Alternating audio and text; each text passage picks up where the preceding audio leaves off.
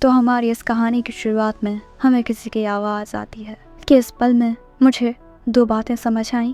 पहली, किसी चीज़ की कद्र तुम्हें तब होती है जब वो तुमसे दूर हो जाती है, और दूसरी कि किसी को खोना बहुत आसान है।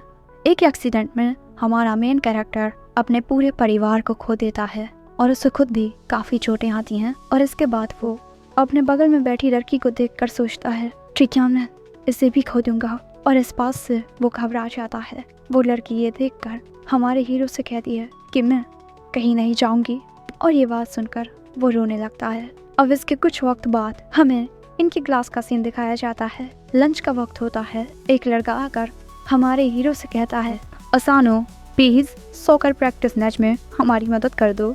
लेकिन असानो उन्हें मना कर देता है, और दोस्तों असानो ने इन्हें लगातार ये 10वीं बार मना किया है।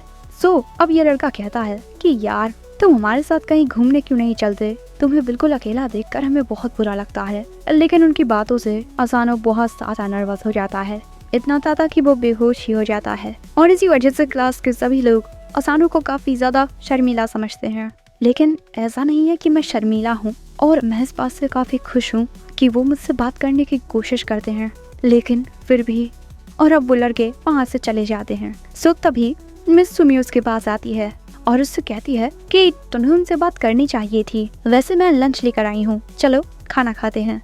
और देखो मुझे पता है कि अपने काम की वजह से तुम सही से खाना नहीं खा रहे, मैं तुम्हारे लिए तुम्हारी पसंद का खाना लेकर आई हूँ। मिस सुमी की इतनी बातें सुनकर असानो खाना खाने के लिए तैयार हो जाता है। वैसे ये तीनों लड़के उन दोनों को देख रहे थे। वैसे कहा जाए तो मिस सुमी को देख रहे थे, क्योंकि मिस सुमी को स्कूल के सभी लड़के बहुत पसंद करते हैं। वैसे यहाँ हमें पता चलता है कि मिस सुमी और असानो बचपन के दोस्त हैं। दूसरी ओर मिस सुमी असानो से कहती है कि मुझे तुम्हारी बहुत चिंता होती है, कहीं तुम जिंदगी भर अकेले ना रह जाओ। असानो बोलता है कि तुम कहने वाली कौन होती हो, तुम भी तो सभी लड़कों को रिजेक्ट कर देती हो, और काफी सारे लड़के तो काफी ज्यादा स्मार्ट और हैंडसम होते हैं, लेकिन फिर भी तुम उन्हें रिजेक्ट कर देती हो, आखिर ऐसा क्यों? मिस सुमी बोलती है कि तुम्हें मेरे बारे में इतना सोचने की कोई जरूरत नहीं है, इस वक्त तुम्हें खुद को बदलना चाहिए, क्योंकि तुम्हें ऐसी हालत में देखकर तुम्हारा परिवार उदास हो जाएगा। और इसके बाद वो असानो को खाना खिलाने लगती है। असानो उसे खाने ही वाला था, लेकिन तभी कोई दूसरा उसे खा जाता है, और ये होते हैं इनके हिरुकावा सेंसेई। और उसे वहाँ देखकर असानो सोचता है कि ये अचानक यहाँ कहाँ से आ गया। और तभी मिस सुमी बोलती है कि सेंसेई आप तो लेक्चर देने के लिए विदेश गए थे, है ना? सेंसेई बोलते हैं कि मुझे तुम्हारे हाथों का खाना बहुत अच्छा लगता है, इसी वजह से मैंने अपने स्केड्यूल को थोड़ा चेंज कर दिया। वैसे मुझे तुम भी बहुत प्यारी लगती हो। ये बात सुनकर मिस सुमी कहती है कि मैं आपकी रिपोर्ट कर दूंगी सेंसेई, इसी वजह से आपको अपने वाइस प्रिंसिपल ऑफिस में चले जाना चाहिए। लेकिन तभी सेंसेई असानो से कहते हैं कि स्कूल खत्म होने के बाद मेरे ऑफिस में आना। ये बात सुनकर असानो काफी हैरान हो जाता है, और इसके बाद सेंसेई वहाँ से चले जाते हैं। असानो को तो कुछ समझ ही नहीं आता। अब स्कूल खत्म होने के बाद ये लड़के असानो को गुड बाय कहकर यहाँ से चले जाते हैं, और इसके बाद हम असानो को भी जाते हुए देखते हैं। और यहाँ पर असानो सोच रहा था कि उस एक्सीडेंट के बाद मैं दूसरों से अच्छे से कनेक्ट नहीं कर पा रहा हूँ, और इसके बाद वो वाइस प्रिंसिपल के ऑफिस में आ जाता है। सेंसेई उसी का इंतजार कर रहे थे। अब इसके बाद ये दोनों एक साथ बैठ जाते हैं। असानो पूछता है कि आपने मुझे यहाँ पर क्यों बुलाया है? सेंसेई बोलते हैं कि मैं तुम्हें अपना कलेक्शन दिखाना चाहता था। क्या ये मिस सुमी की कुछ सीक्रेट फोटोज हैं। ये देखकर असानो सोचता है, मुझे ये तो पता था कि मिस सुमी हिरुकावा सेंसेई की फेवरेट स्टूडेंट है, लेकिन और दोस्तों हिरुकावा सेंसेई असानो को अपने कलेक्शन में से अपनी फेवरेट फोटो भी दिखाते हैं। ये देखकर असानो सोचता है कि शायद से मुझे इनकी पुलिस में रिपोर्ट कर देनी चाहिए। दोस्तों हिरुकावा सेंसेई के पास मिस सुमी की बचपन की भी तस्वीरें होती हैं, और ये सारी बातें असानो को बहुत ज्यादा हैरान कर देती हैं।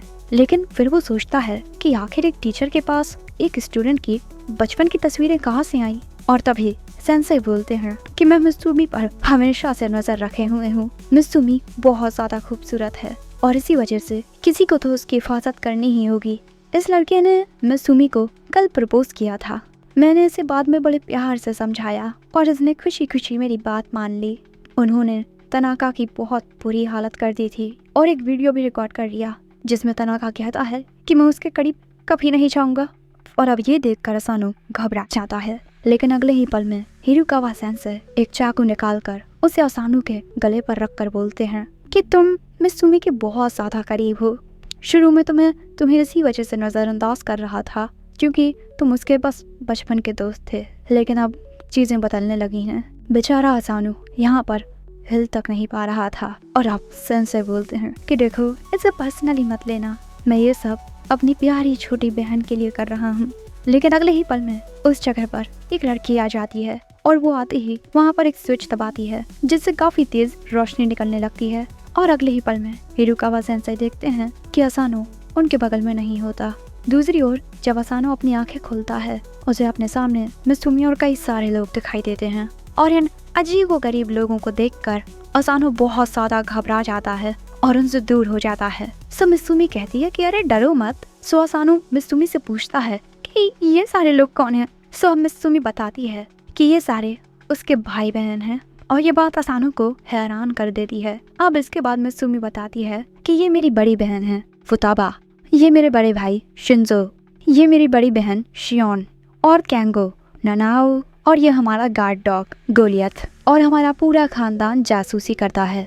सच में ये सारी बातें तुमसे लगातार 10 सालों तक छुपाए रखना मेरे लिए बहुत मुश्किल था।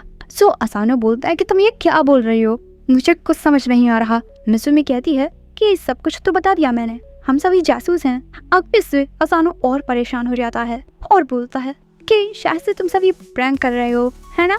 जैसे ये गन ये पक्का नकली है। लेकिन जब वो गोली चलाता है तब उसे असलियत का एहसास होता है। अब ये सभी बोलते हैं कि जासूस होना तो बड़ी मामूली सी बात है। हाँ, वो बात अलग है कि हमारे परिवार को 4.8 की रेटिंग मिली है रिव्यू साइट्स पर। अब ये सारी बातें सुनकर असानू की हालत और भी ज्यादा खराब होने लगती है। और वैसे इनकी पॉपुलैरिटी का एक बड़ा राज है इनके बड़े भाई क्योइचिरो। ये हमारे घर के सबसे बड़े बेटे हैं और ये हमारे परिवार के बेस्ट जासूस हैं। ये सब जानकर असानू पूछता है तो फिर आपके भाई ने मुझ पर हमला क्यों किया? सो फुताबा बोलती है कि हमें कहीं से ये खबर मिली है कि मित्सुमी को कोई मारने की कोशिश कर रहा है। वैसे ये जानकारी हमें सोशल मीडिया से मिली है। असानू देखता है कि सोशल मीडिया पर इनके काफी सारे फॉलोअर्स हैं। और अब फुताबा बताती है कि काफी वक्त पहले क्योइचिरो की वजह से मित्सुमी को एक काफी गंभीर चोट आ गई थी और मित्सुमी के वो सफेद बाल उसी एक्सीडेंट की वजह से हैं। और इसके बाद इन सब का जिम्मेदार क्योइचिरो खुद को ठहराने लगा और फिर वो मित्सुमी को लेकर बहुत ज्यादा ऑब्सेस हो गया। उसने अपनी जॉब और अपना नाम बदल लिया ताकि वो मित्सुमी पर नजर रख सके। और इसके बाद उसने किसी को भी मित्सुमी के करीब नहीं आने दिया। और भले से ही वो तुमसे नफरत करता हो, लेकिन फिर भी मित्सुमी का चाइल्डहुड फ्रेंड होने की वजह से उसने तुम्हें कुछ नहीं किया। लेकिन अब उसके पास एक वजह है जिसके जरिए वो तुम्हें खत्म करना चाहता है। और अब फुताबा अपने भाई की ओर से माफी मांगती है। लेकिन तभी इनका अलार्म बजने लगता है क्योंकि क्योइचिरो यहाँ पर असानू को खत्म करने के लिए आ चुका है। लेकिन इन लोगों ने इस कमरे में आने के सभी दरवाजे लॉक कर दिए हैं। लेकिन ये सभी जानते हैं कि वो इस सब के बावजूद भी यहाँ तक पहुँच जाएगा और इसी वजह से जो उसका सामना करने के लिए तैयार हो जाते हैं। लेकिन इनके जीतने के चांसेस सिर्फ 30% हैं और ऐसा भी हो सकता है कि इनमें से कोई बहुत ज्यादा घायल हो जाए। अब यहाँ असानू और भी ज्यादा परेशान हो जाता है क्योंकि ये सब उसी की वजह से हो रहा है। सो मित्सुमी कहती है कि तुम इस बारे में इतना मत सोचो, ये हमेशा से हमारा फैमिली इशू रहा है। लेकिन तभी फुताबा बोलती है कि सिर्फ एक रास्ता है जिससे तुम बच सकते हो, तुम दोनों को शादी करनी होगी। और ये बात सुनकर असानू जो एक्सप्रेशन देता है वो इन सभी को काफी पसंद आता है। वैसे इनके परिवार में एक नियम है कि तुम अपने ही परिवार के सदस्य को नहीं मार सकते हो और हमारे परिवार में शादी करने के लिए बस तुम्हें ये रिंग एक्सचेंज करनी होगी। ये चेरी ब्लॉसम रिंग डबल बैंडेड होती है और इस तरह दोनों जन एक एक रिंग पहन सकते हैं और वो चाहकर भी इस रूल को नहीं तोड़ पाएगा। इस बारे में तुम दोनों क्या बोलते हो? ये बात सुनकर असानू सोचता है कि शादी मतलब परिवार और उसे फिर से उस एक्सीडेंट की याद आती है और वो डर जाता है। तभी मित्सुमी कहती है कि मैं असानू से शादी नहीं करूंगी, उसने अभी अभी अपना परिवार खोया है जिस वजह से उसका दूसरों से बात करना तो छोड़ो, सोना भी मुश्किल हो गया है। वो अपने परिवार को खोने के दर्द से गुजर रहा है और अगर हम उससे कहेंगे कि वो हमारे परिवार को ज्वाइन कर ले तो ये काफ़ी क्रूर होगा। लेकिन ये बात सुनकर अचानक ही असानू के दिल में अजीब सा दर्द होने लगता है वैसे दूसरी तरफ ये सभी अपने बड़े भाई से लड़ने के लिए तैयार हो जाते हैं। वही मित्सुमी असानो से कहती है, माफ करना, तुम हमारी फैमिली प्रॉब्लम में फंस गए। अब इससे पहले कि ये लोग कोई प्लान बना पाते, क्योइचिरो वहाँ आ जाता है और बोलता है कि तुमने तो मुझे अकेला छोड़ दिया, किसी को पता नहीं चला कि वो कब यहाँ आ गया। और दोस्तों, क्योइचिरो इनके बिछाए हुए जालों से बचकर आया है। लेकिन तभी फुताबा कहती है कि आप इन दोनों से दूर रहो। क्योइचिरो बोलता है, हम नहीं जानते कि ये मित्सुमी के लिए कितना बड़ा खतरा हो सकता है, और मेरी नज़र में जब तक तुम्हारी बेगुनाही सिद्ध न हो जाए तुम अपराधी हो। अब ये बात सुनकर फुताबा क्योइचिरो की टाई पकड़कर उसे बहुत तेजी से घुमाने लगती है और इसके बाद सोफे में मार देती है। और इसके बाद ये सभी एक साथ मिलकर क्योइचिरो से लड़ने लगते हैं। लेकिन इनके हमलों का क्योइचिरो पर कोई असर नहीं होता और इसके बाद क्योइचिरो इन पर हमला करके ननाओ और शिंजो को दूर फेंक देता है और बोलता है कि मैं तुम सभी से लड़ना नहीं चाहता, बस उस लड़के को मेरे हवाले कर दो। लेकिन अगर तुम लोग मेरी बात नहीं मानोगे। और इसके बाद वो अपने हाथों से कुछ जाले निकाल लेता है। ये उसका स्पेशल वेपन है, स्टील स्पाइडर, जो किसी भी चीज को काट सकते हैं। सो फुताबा उसका सामना करने के लिए जाने लगती है। वो क्योइचिरो के जाल को खुद से दूर फेंक रही थी, लेकिन क्योइचिरो उसे बड़ी ही आसानी से छत से बांध देता है। अब ये देखकर केंगो मित्सुमी और असानो को वहां से ले जाता है और इसके बाद शियोन अपने फोन से कुछ ड्रोन्स को वहां पर बुला लेती है। और अब इसके बाद ये ड्रोन्स क्योइचिरो को घेर लेते हैं और इसके बाद उस पर फायर करने लगते हैं, जिस वजह से वहां पर काफी ज्यादा धुआं होने लगता है। दूसरे कमरे में आकर असानो पूछता है कि वो सभी ठीक तो होंगे ना। सो मित्सुमी बोलती है कि चिंता मत करो, हमारे फैमिली रूल के अकॉर्डिंग कोई भी फैमिली मेंबर्स को नहीं मार सकता है। और इसके बाद मित्सुमी एक सीक्रेट डोर खोलती है और केंगो असानो का कोट उतार लेता है और असानो को उस सीक्रेट डोर के अंदर कर देता है। और यहाँ पर असानो मित्सुमी की ओर देखता है। सो मित्सुमी कहती है कि चिंता मत करो, मैं कहीं नहीं जाऊंगी। और इसके बाद वो उस दरवाजे को बंद कर देती है। दूसरी ओर क्योइचिरो शियोन को हरा चुका था और इसके बाद वो मित्सुमी और असानो के पास आ जाता है और इसके बाद मित्सुमी को अपने पास बुलाता है, क्योंकि वो नहीं चाहता कि असानो के खून के छींटे उस पर गिरें। ये बात सुनकर मित्सुमी क्योइचिरो की ओर जाने लगती है। क्योइचिरो बोलता है कि आओ अपने भाई की बाहों में आ जाओ, लेकिन तभी मित्सुमी अपने हथियार निकाल लेती है और गोलियत को क्योइचिरो के ऊपर फेंक देती है। सो क्योइचिरो अपने जालों से गोलियत को पकड़ लेता है और मित्सुमी के हाथों को भी बांध देता है। और इसके बाद मित्सुमी से कहता है कि हमेशा की तरह तुम कितनी ज्यादा इम्प्रेसिव हो। और दोस्तों, इसके बाद हमें पता चलता है कि ये मित्सुमी नहीं केंगो था। केंगो खुद को तो बड़े अच्छे से बदल लेता है, लेकिन दूसरों को अच्छे से बदलना उसे अभी भी नहीं आता। अब इसके बाद क्योइचिरो मित्सुमी से पूछता है कि जल्दी बताओ, तुमने उसे कहाँ छुपाया है। वैसे ये सब असानो एक होल में से देख रहा था। वैसे उससे मित्सुमी ने कहा था कि चाहे कुछ हो जाए तुम यहाँ से बाहर मत निकलना।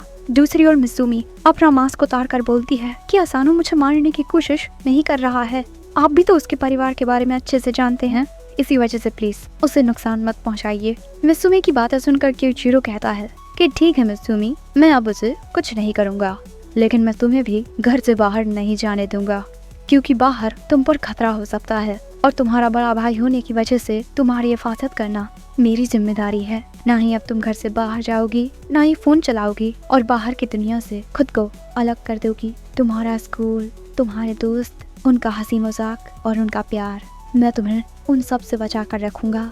जिस दिन वो एक्सीडेंट हुआ था उस दिन मैंने तुम्हें लगभग खो ही दिया था, लेकिन अब मैं तुम्हें कुछ नहीं होने दूंगा, मैं अपनी जान देकर भी तुम्हें बचाऊंगा। और ये कहते हुए क्योइचिरो मित्सुमी की तलवार को अपने पेट में दबा लेता है और इस वजह से मित्सुमी बहुत ज्यादा घबरा जाती है। और अब क्योइचिरो कहता है कि तुम उस लड़के के बारे में भूल जाओ और बस मेरे साथ रहो। और मित्सुमी इसके लिए हाँ कर देती है, क्योंकि वो नहीं चाहती कि असानो को कुछ भी हो। लेकिन तभी उस सीक्रेट रूम का दरवाजा खुलता है और असानो उसमें से बाहर निकलता है और बोलता है कि मित्सुमी को जाने दो। सो क्योइचिरो कहता है कि हमारे फैमिली के मैटर से दूर रहो। यहाँ असानो सोचता है कि ये बिल्कुल मेरी तरह है, ये उसे खोना नहीं चाहता जो इसके दिल के करीब है, लेकिन जिसकी ये हिफाजत करना चाहता है। आखिर उसका चेहरा इतना घबराया हुआ क्यों है। और अब असानो कहता है कि मित्सुमी, तुम्हारी बहन ने जो कहा था अब हम वही करते हैं और अब मैं बिल्कुल ठीक हूँ, क्योंकि तुमने मुझसे वादा किया था कि तुम कहीं नहीं जाओगी। ये बात सुनकर मित्सुमी मुस्कुराती है और अपनी अंगूठी का एक हिस्सा निकाल लेती है और उसे असानो की ओर फेंकती है। असानो उस अंगूठी को पकड़ने के लिए दौड़ता है, लेकिन अंगूठी पकड़ने से पहले ही वो क्योचीरो के चालों में फंस जाता है। और अब क्योचीरो कहता है कि मैं तुम्हें ऐसा कुछ भी नहीं करने दूंगा। लेकिन उन जालों में फंसे होने के बावजूद भी असानो उस अंगूठी को पकड़ लेता है, जिससे उसके हाथों पर काफी चोट आती है। और अब असानो मन में कहता है कि मित्सुमी, मुझसे बेवकूफ लड़के की हमेशा हिफाजत करने के लिए शुक्रिया, और इसी वजह से अब मैं तुम्हारी हिफाजत करूंगा। और ये कहते हुए असानो क्योचीरो के जालों को तोड़ देता है। और अगले ही सीन में वहाँ पर बाकी सब भी आ जाते हैं और यहाँ असानो उस अंगूठी को पहनते हुए बोलता है कि मैं तुमसे वादा करता हूँ, मैं हमेशा मित्सुमी की हिफाजत करूंगा, मेरे प्यारे साले साहब। और इसके अगले ही पल में मित्सुमी असानो के पास जाकर उसके गले लग जाती है। ये देखकर बाकी सब तो बहुत ज्यादा खुश होते हैं, लेकिन क्योचीरो नहीं। सो फुतावा उसके पास जाती है और बोलती है कि अब तुम सिर्फ एक ही काम कर सकते हो, उस बच्चे को सिखाओ कि मित्सुमी की हिफाजत कैसे की जाए। वैसे यहाँ पर मित्सुमी और असानो की शादी हो चुकी है